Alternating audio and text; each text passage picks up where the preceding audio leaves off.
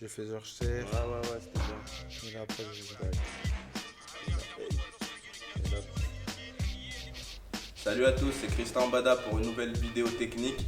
On est à la Team Esbiri et je suis accompagné de Fares Ziam, The Smile Killer.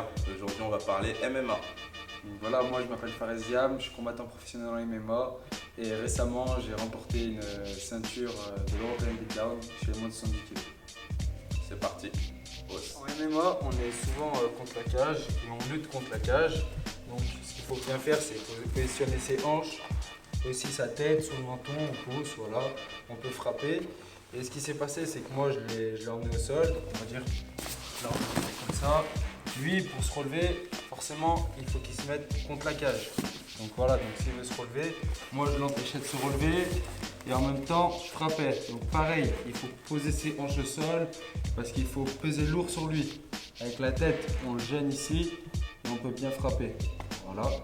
Et au bout d'un moment, j'étais un peu trop loin et lui, du coup, il a voulu revenir sur moi. Voilà, comme ça. Donc ce que j'ai fait à ce moment-là, c'est que je l'ai pris en bras tête, ici. Là, j'ai bien serré. Et ce que tout le monde fait, c'est la défense. Donc Défense d'anaconda chaud quoi, on va sortir le bras en général Voilà. et le rouler à l'intérieur. Vas-y, fais la défense. Donc on va être ici du coup, sortir le bras. Voilà. Ici, et généralement après il passe sur le côté et il sort. Sauf que moi ici, j'ai fait exprès de rester là, je savais qu'il allait faire ça.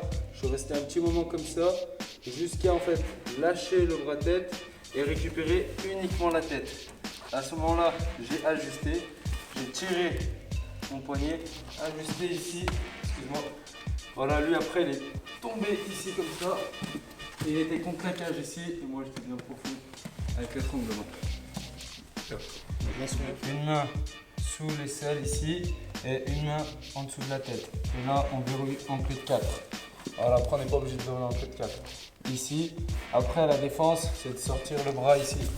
Voilà, comme ça. Ça c'est la défense typique. Donc là on maintient avant qu'il fasse la défense. Lui il se préoccupe plus de mon bras ici en dessous de sa tête. Je lâche et je récupère mon poignet ou ma main ici et je verrouille là. Et là je le place contre la cage et j'ai un bon étranglement. Donc l'étranglement sanguin et respiratoire.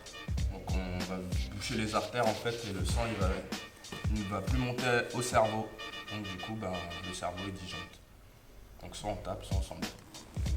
Donc lui il vient pour me renverser, j'attrape bras tête et imaginons que lui il sort pas le coude, et ben en fait je pars directement ici en anaconda. L'anaconda je vais venir juste rouler là ou alors juste ici. Voilà. Et là je me rapproche de lui.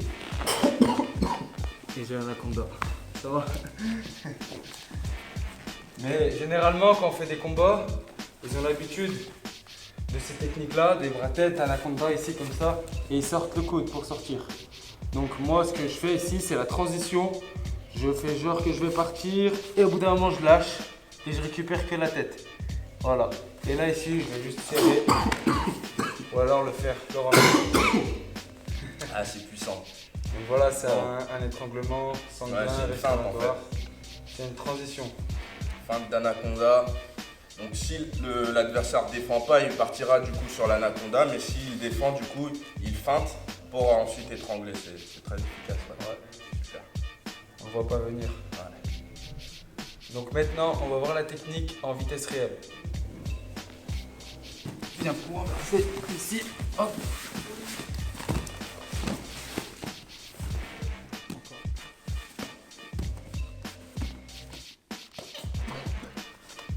Bon, j'espère que cette technique elle vous aura plu. Désolé parce que j'ai plus de voix là, il m'a étranglé et c'était vraiment très efficace. Donc j'espère que vous allez essayer de l'appliquer à l'entraînement. N'hésitez pas à le contacter sur les réseaux sociaux aussi si vous voulez avoir plus de conseils. Voilà, c'est un mot à dire, n'hésite pas. Et bah, merci beaucoup pour cette vidéo, Chris. Je partage une technique avec vous que j'aime beaucoup faire à l'entraînement. Et je remercie aussi Christin qui me prépare en ce moment physiquement pour attaquer fort la saison. Et c'est des choses que je faisais pas. Et là, je sais que je vais être plus fort. Merci. Objectif UFC. Voilà. Boss, à bientôt.